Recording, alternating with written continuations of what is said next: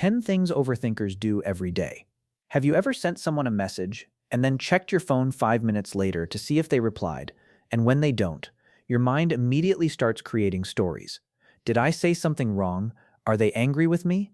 Maybe they don't want to talk to me anymore. And suddenly, one unanswered message has turned into a whole movie inside your head. If this sounds familiar, you might be an overthinker. Overthinking isn't simply thinking a lot. It's when your mind keeps going over the same situation again and again without actually solving anything. And the strange thing is, many overthinkers don't even realize they're doing it. So today, let's look at 10 things overthinkers do almost every day. Number 1. They replay conversations. Overthinkers often replay conversations in their heads. Maybe you were talking to a friend earlier. Everything seemed normal, but later, you suddenly remember one thing you said. Why did I say that? Maybe I sounded stupid. Maybe they took it the wrong way. You start analyzing their facial expression, their tone, and even the exact words they used. The conversation might have lasted 10 minutes, but your brain can replay it for hours. And the worst part, the other person probably forgot about it 5 minutes later. Overthinkers often give small moments much more meaning than they actually have. Number 2. They read too much into text messages. A simple "okay" can become a serious problem. Someone who normally sends you a long message suddenly replies with one word, and your brain immediately notices. Why did they say okay? Are they upset? Did I do something? Should I ask them what's wrong? You might even read the message several times, trying to understand the emotion behind it. But text messages don't come with facial expressions or tone of voice. Sometimes okay really just means okay. Not every short reply has a hidden meaning. But when you overthink, your brain doesn't like uncertainty. It wants an answer, even when there isn't one. Number 3. They imagine the worst-case scenario. Overthinkers are very good at predicting problems that haven't happened. You have an important meeting tomorrow. Instead of simply preparing for it, your mind starts going through everything that could go wrong. What if I forget what to say? What if everyone judges me? What if I make a mistake? What if I embarrass myself? And suddenly, you're stressed about something that hasn't even happened. The mind thinks it's protecting you by preparing for every possible problem. But sometimes, it's doing the opposite. You're experiencing the stress before the problem even exists. And if the problem never happens, you've still spent hours worrying about it.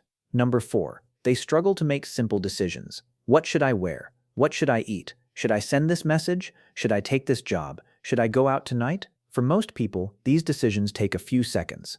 But an overthinker can turn a simple choice into a full research project. They compare every option. Then they think about the consequences. Then they question their decision. And after finally choosing something, they wonder if the other option would have been better. This is called decision paralysis. Sometimes you don't need the perfect decision, you just need a reasonable one, because spending 3 hours trying to make a 5-minute decision can be more exhausting than making the decision itself. Number 5. They ask other people for reassurance. Overthinkers often ask other people what they should do. Do you think I handled that okay? Do you think she's angry? Would you be upset if someone said that to you? At first, getting reassurance feels good. Someone tells you, don't worry, everything is fine. And for a little while you feel better. But then the doubt comes back. So you ask again and again. The problem isn't always that you need more information. Sometimes you simply don't trust your own judgment. Learning to trust yourself is an important part of escaping the overthinking cycle. Number 6. They think about things that happened years ago. Have you ever suddenly remembered something embarrassing you did years ago? Maybe you said something stupid in school. Maybe you made a mistake at work. Maybe you treated someone badly. And suddenly, your brain brings it back. Why did I do that? I should have said something different. I can't believe I acted like that. You might be sitting peacefully in your room while your brain decides to remind you about something that happened 10 years ago. But here's something important to remember. You're not the same person you were back then. You've learned, you've changed, you've experienced new things. The past can teach you something, but you don't have to keep punishing yourself with it. Number 7. They think about the future too much. Overthinking isn't only about the past. It can also take you far into the future. You start thinking about where you'll be next year, then 5 years from now, then 10 years from now. You wonder about your career, your money, your relationships, your health, your family. And before you know it, you're worrying about a future that doesn't even exist yet. Planning for the future is healthy, but constantly living in the future can steal the life you're actually living right now. You can prepare for tomorrow without spending today worrying about it. Number 8. They need everything to feel certain. One of the biggest problems for overthinkers is uncertainty. They want to know exactly what will happen. They want to know what someone really thinks. They want to know whether their decision will work. They want guarantees. But life doesn't give us many guarantees. Sometimes you have to make a decision without knowing exactly how it will turn out.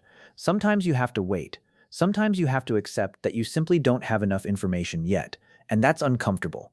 But learning to sit with uncertainty is one of the best ways to become mentally stronger. You don't need to know everything before you move forward. Number 9. They overanalyze their own feelings. Overthinkers don't just think about situations, they think about their thoughts and feelings too. You feel sad. Then you start asking yourself why you're sad. Why am I feeling like this? What's wrong with me? Have I always felt this way? Then you start analyzing the feeling itself. Sometimes you don't need to solve every emotion. Sometimes you just need to let yourself feel it. You're allowed to have a bad day. You're allowed to feel confused. You're allowed to feel nervous. Not every emotion needs an explanation immediately. Number 10. They can't switch their brain off. And finally, overthinkers often struggle to turn their minds off. They lie in bed at night. Their body is tired, but their brain is wide awake. They think about tomorrow, then yesterday, then that conversation from 3 days ago, then something they need to do next week.